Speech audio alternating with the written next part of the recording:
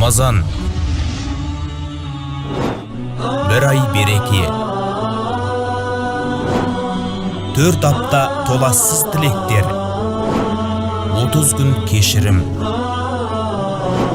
720 сағат шынайы мүмкіндіктер. 43.200 минут мейірім шуағы. 2.592.000 секунд төгілген нұр.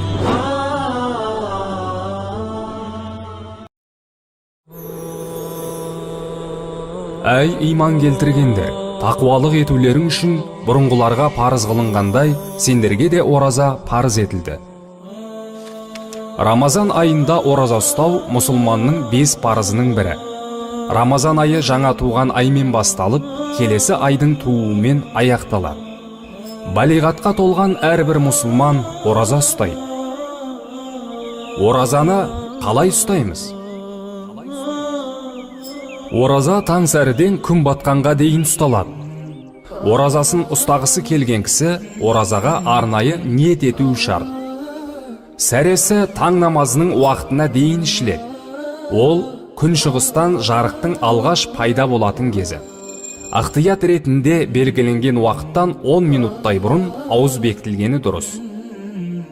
Ауыз ашу ақшам намазының уақытында. Ол күн ұясына батқан кез.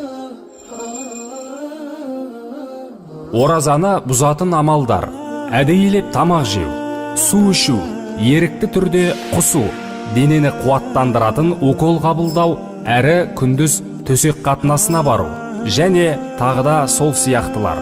Ал байқамай тамақ, су ішіп қойса, немесе еркінен тыс құсатын болса, ол оразаны бұзбай. Оразадан етеккірі келген және босанғаннан кейінгі тазару мерзіміндегі әйелдер босатылады. Алайда ол Рамазаннан кейін сол күндерінің қазасын өтейді. Оразаға мүлдем шамасы келмейтін кісілер әр күніне бір мұқтажды тамақтандырады. Ауру кісілер, аяғы ауыр немесе емізулі балалары бар әйелдер ораза тұтып тұтпау жайында дәрігермен кеңескені жөн. Сапарға шыққан адамдарға аузын ашса рұқсат. Кейін әрбір күніне бір күннен қазасын өтейді. Оразаға қатысты басқа да әр түрлі жағдайларға жолыққан кісі ол туралы мешіт имамдарынан, Қазақстан мұсылмандар діни басқармасы мамандарынан сұрап отырғаны дұрыс.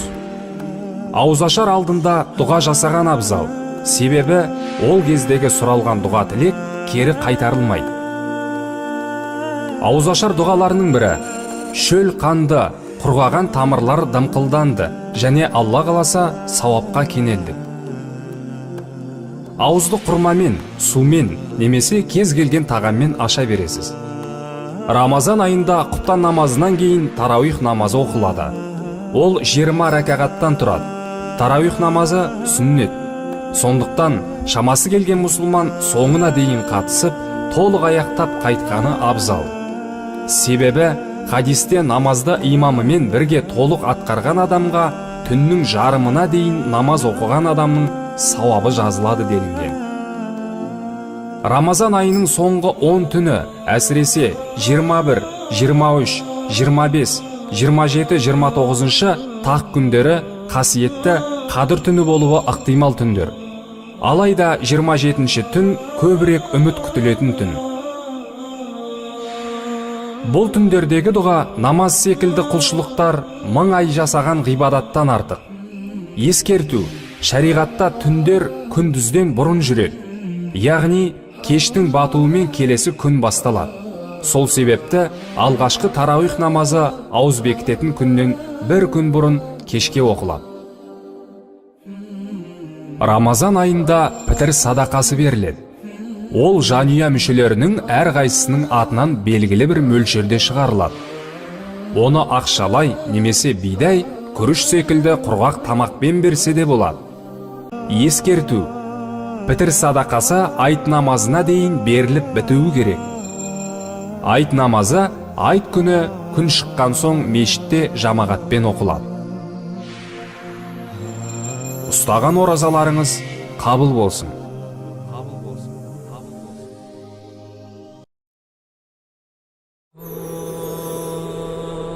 Әй иман келтіргендер, тақуалық етулерің үшін бұрынғыларға парыз қылынғандай, сендерге де ораза парыз етілді. Рамазан айында ораза ұстау мұсылманның 5 парызының бірі. Рамазан айы жаңа туған аймен басталып, келесі айдың тууымен аяқталады. Балиғатқа толған әрбір мұсылман ораза ұстайды. Оразаны қалай ұстаймыз? Ораза таң сәріден күн батқанға дейін ұсталады. Оразасын ұстағысы келген кісі оразаға арнайы ниет етуі шарт.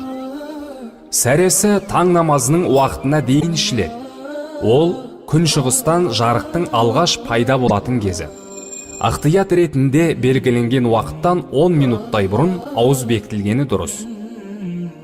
Ауыз ашу ақшам намазының уақытында. Ол күн ұясына батқан кез.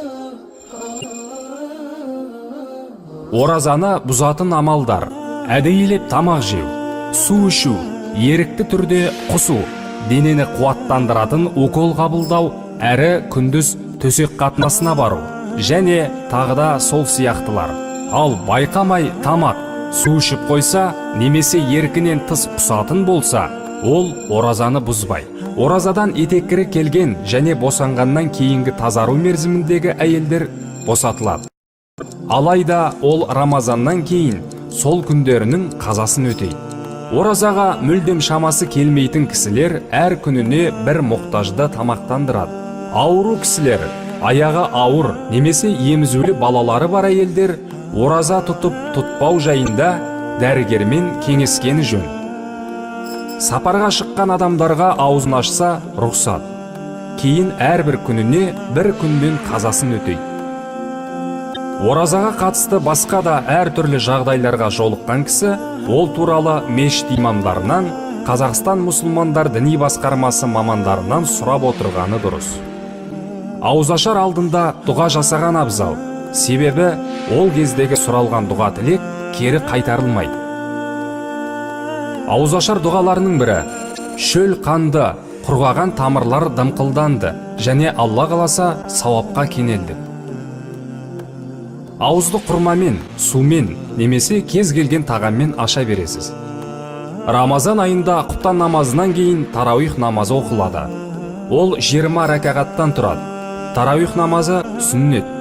Сондықтан шамасы келген мұсылман соңына дейін қатысып, толық аяқтап қайтқаны абзал.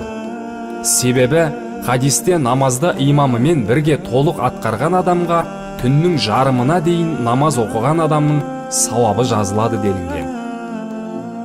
Рамазан айының соңғы 10 түні, әсіресе 21, 23, 25, 27, 29 тақ күндері қасиетті қадір түні болуы ықтимал түндер. Алайда 27-ші түн көбірек үміт күтілетін түн. Бұл түндердегі дұға намаз секілді құлшылықтар 1000 ай жасаған ғибадаттан артық. Ескерту: шариғатта түндер күндізден бұрын жүреді. Яғни кештің батуымен келесі күн басталады. Сол себепті алғашқы тарауих намазы ауыз бекітетін күннен бір күн бұрын кешке оқылады. Рамазан айында пітір садақасы беріледі. Ол жанұя мүшелерінің әрқайсысының атынан белгілі бір мөлшерде шығарылады.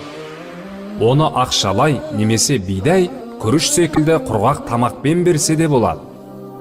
Пітір садақасының ақшалай мөлшері Қазақстан мұсылмандар діни басқармасының бекітуі бойынша: ескерту: пітір садақасы айт намазына дейін беріліп бітуі керек.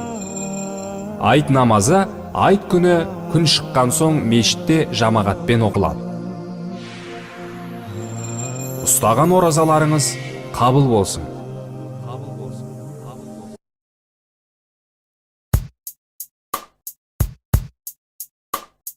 Айлардың сұлтаны ораза айы, сол айдың ішінде қыдырдың күнінде басымды сәждеге қойып сұраймын, шүкір деп Аллахым көрсеткен күніңе, шүкір деп Аллахым көрсеткен күніңе. Жолынан адасқан бауырларымның жолына жақсы істі кәсіп ет Алла, Жұмаға барғанда балқиды бойым, келесі жұмаңды нәсіп ет Алла, келесі жұмаңды нәсіп ет Алла. Жүрекке сөнбейтін иман бер Алла, жаныма жақсыны жинай көр Алла.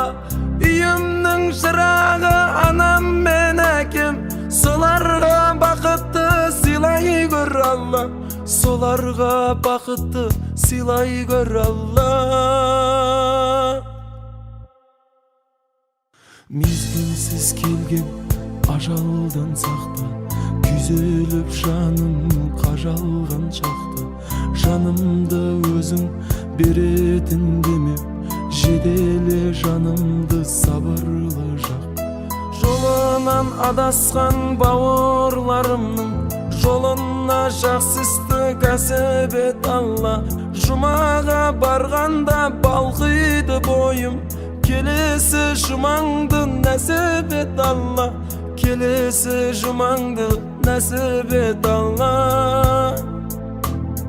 Жүрекке сөнбейтін иман бер Алла, жаныма жақсыны жинай көр Алла.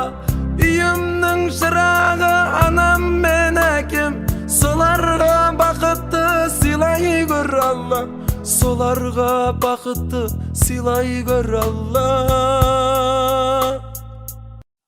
Рамазан рухың сауаптың өзеніне шомылатын ай. Рамазан үйіңе екі дүниенің берекесін әкелген ұлы қонақ. Рамазанға төріңнен орын бер. Ораза Алланың құлы онымен оттан қорғанатын қалқан болады деген Алланың перішесі.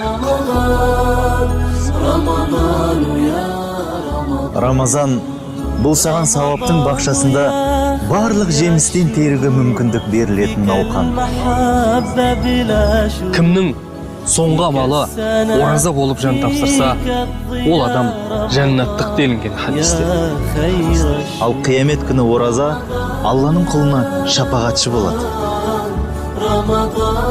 Жәннат пен сенің араңда кедергі болып тұрған нәрсе тамақ па? Рамазан айының алғашқы түні келгенде тозақтың бірде-бір есігі қалдырылмай жабылады, ал жәннаттың бірде-бір есігі қалдырылмай ашылады. Сонда бір үндеуші: ей жақсылыққа ұмтылушы, баста жақсылықтарыңды, ей жамандыққа ұмтылған, тоқта деп шақырады. Бұл айда Алланың алдында тозақтағы азаптан құтылатын адамдар болады, және бұл нығмет Рамазанның әрбір түнінде болып тұрады делінген хадисте. Рамазанның күндізінде де, түнінде де ешқандай тілектер қайтарылмайды. Иә, білем, сен шыдай алмаймын деп ойлайсың. Бірақ есіңде болсын, Алла Тағала адамға шамасы келмейтін нәрсені жүктемейді. Жабраил періштенің өзі Рамазан айы келіп тұрып, күнәсі кешірілмеген адам мұрнымен жер сүзсін деген. Пайғамбарымыз саллаллаху алейхи уассалам сол кезде әмин деді. Бауырым, ораза оңай құлшылық. Бар болғаны күндіз ішетін тамағыңды енді сен түнде ішетін боласың. Сәресін ішкен мұсылманға Алла және оның періштелері салауат айтады. Алла Тағала ауыз ашуға асығушылар мен үшін құлдарымның ішіндегі ең сүйіктілері деген. فيك السنة فيك الضياء رمضان يا خير الشهور رمضان يا رمضان رمضان يا رمضان رمضان يا رمضان رمضان يا Әй иман келтіргендер, тақуалық етулерің үшін бұрынғыларға парыз қылынғандай, сендерге де ораза парыз етілді. Рамазан айында ораза ұстау мұсылманның 5 парызының бірі. Рамазан айы жаңа туған аймен басталып, келесі айдың тууымен аяқталады. Балиғатқа толған әрбір мұсылман ораза ұстайды. Оразаны қалай ұстаймыз? Ораза таң сәріден күн батқанға дейін ұсталады. Оразасын ұстағысы келген кісі оразаға арнайы ниет етуі шарт. Сәресі таң намазының уақытына дейін ішіледі. Ол күн шығыстан жарықтың алғаш пайда болатын кезі. Ықтият ретінде белгіленген уақыттан 10 минуттай бұрын ауыз бекітілгені дұрыс. Ауыз ашу ақшам намазының уақытында. Ол күн ұясына батқан кез. Оразаны бұзатын амалдар: әдейілеп тамақ жеу, су ішу, ерікті түрде құсу, денені қуаттандыратын укол қабылдау, әрі күндіз төсек қатынасына бару, және тағыда сол сияқтылар. Ал байқамай тамақ, су ішіп қойса, немесе еркінен тыс құсатын болса, ол оразаны бұзбай. Оразадан етеккірі келген және босанғаннан кейінгі тазару мерзіміндегі әйелдер босатылады. Алайда ол Рамазаннан кейін сол күндерінің қазасын өтейді. Оразаға мүлдем шамасы келмейтін кісілер әр күніне бір мұқтажды тамақтандырады. Ауру кісілер, аяғы ауыр немесе емізулі балалары бар әйелдер ораза тұтып тұтпау жайында дәрігермен кеңескені жөн. Сапарға шыққан адамдарға аузын ашса рұқсат. Кейін әрбір күніне бір күннен қазасын өтейді. Оразаға қатысты басқа да әр түрлі жағдайларға жолыққан кісі ол туралы мешіт имамдарынан, Қазақстан мұсылмандар діни басқармасы мамандарынан сұрап отырғаны дұрыс. Ауызашар алдында дұға жасаған абзал, себебі ол кездегі сұралған дұға тілек кері қайтарылмайды. Ауызашар дұғаларының бірі: шөл қанды, құрғаған тамырлар дымқылданды, және Алла қаласа сауапқа кенелдік. Ауызды құрмамен, сумен немесе кез келген тағаммен аша бересіз. Рамазан айында құптан намазынан кейін тарауих намазы оқылады. Ол 20 рәкағаттан тұрады. Тарауих намазы сүннет. Сондықтан шамасы келген мұсылман соңына дейін қатысып, толық аяқтап қайтқаны абзал. Себебі хадисте намазды имамымен бірге толық атқарған адамға түннің жарымына дейін намаз оқыған адамның сауабы жазылады делінген. Рамазан айының соңғы 10 түні, әсіресе 21, 23, 25, 27, 29 тақ күндері қасиетті қадір түні болуы ықтимал түндер. Алайда 27 түн көбірек үміт күтілетін түн. Бұл түндердегі дұға намаз секілді құлшылықтар 1000 ай жасаған ғибадаттан артық. Ескерту: шариғатта түндер күндізден бұрын жүреді. Яғни кештің батуымен келесі күн басталады. Сол себепті алғашқы тарауих намазы ауыз бекітетін күннен бір күн бұрын кешке оқылады. Рамазан айында пітір садақасы беріледі. Ол жанұя мүшелерінің әрқайсысының атынан белгілі бір мөлшерде шығарылады. Оны ақшалай немесе бидай, күріш секілді құрғақ тамақпен берсе де болады. Ескерту: пітір садақасы айт намазына дейін беріліп бітуі керек. Айт намазы айт күні күн шыққан соң мешітте жамағатпен оқылады. Ұстаған оразаларыңыз қабыл болсын.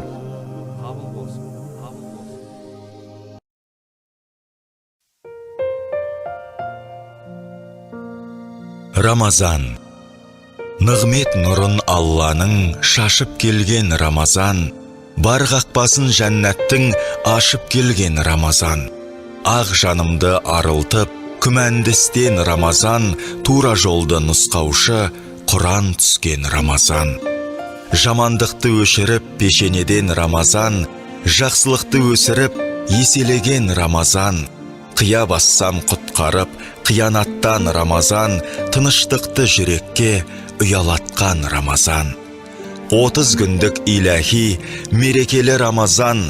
Ауыз ашқан дастархан берекелі Рамазан. Басқаға емес Раббыма жақын еткен Рамазан. Бастан аяқ Құранды хатым еткен Рамазан. Таңғажайып таңғазан, сәресі бал Рамазан. Жәннат бақтан жанымның дәмесі бар Рамазан. мың айдан да хайырлы, қадір түнің Рамазан, сол түнді іздеп таппайдау, жаным тыным Рамазан. Туысқа иман сыйлаған, досқа сабыр Рамазан, қимай өзіңмен қоштасамын Рамазан. Қайтып бізге белгілі келетінің Рамазан, бірақ сені белгісіз көретінім Рамазан. Құрметінен Құдайдың құрғалғым жоқ Рамазан, сен келгенше білмеймін кім бар кім жоқ Рамазан. Алла берем деген соң сый мөлшерін Рамазан, әр сәтіңді ардақтап сүйгем сенің Рамазан. 12 айдың мырзасы сұлтанысың Рамазан, момын мұсылмандардың іңкәрісің Рамазан. Сағындыршы, шөлдетші, қаталатшы Рамазан, қияметте болатын шапағатшым Рамазан. Қалқаман Сарин.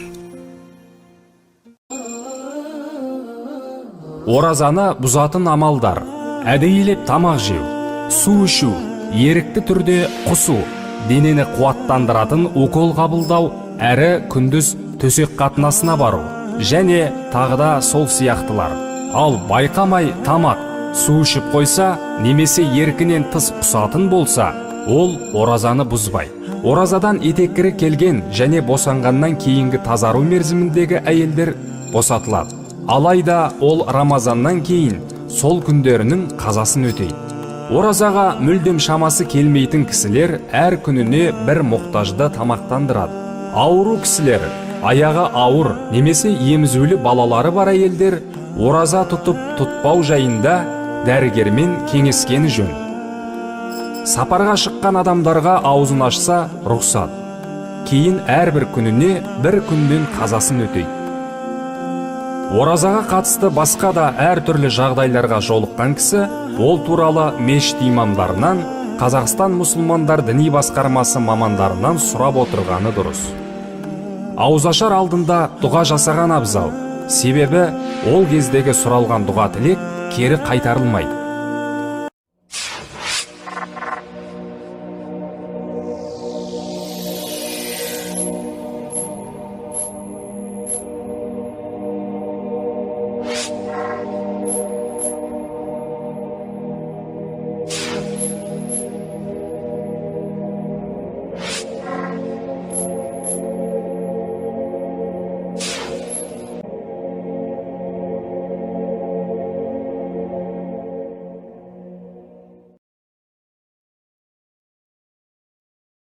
Тарауих намазының тәсбихі. سبحان ذي الملك والملكوت سبحان ذي العزة والعظمة والقدرة والكبرياء والجبروت سبحان الملك الحي الذي لا يموت سبوح قدوس ربنا ورب الملائكة والروح لا إله إلا الله نستغفر الله نسألك الجنة ونعوذ بك من النار لا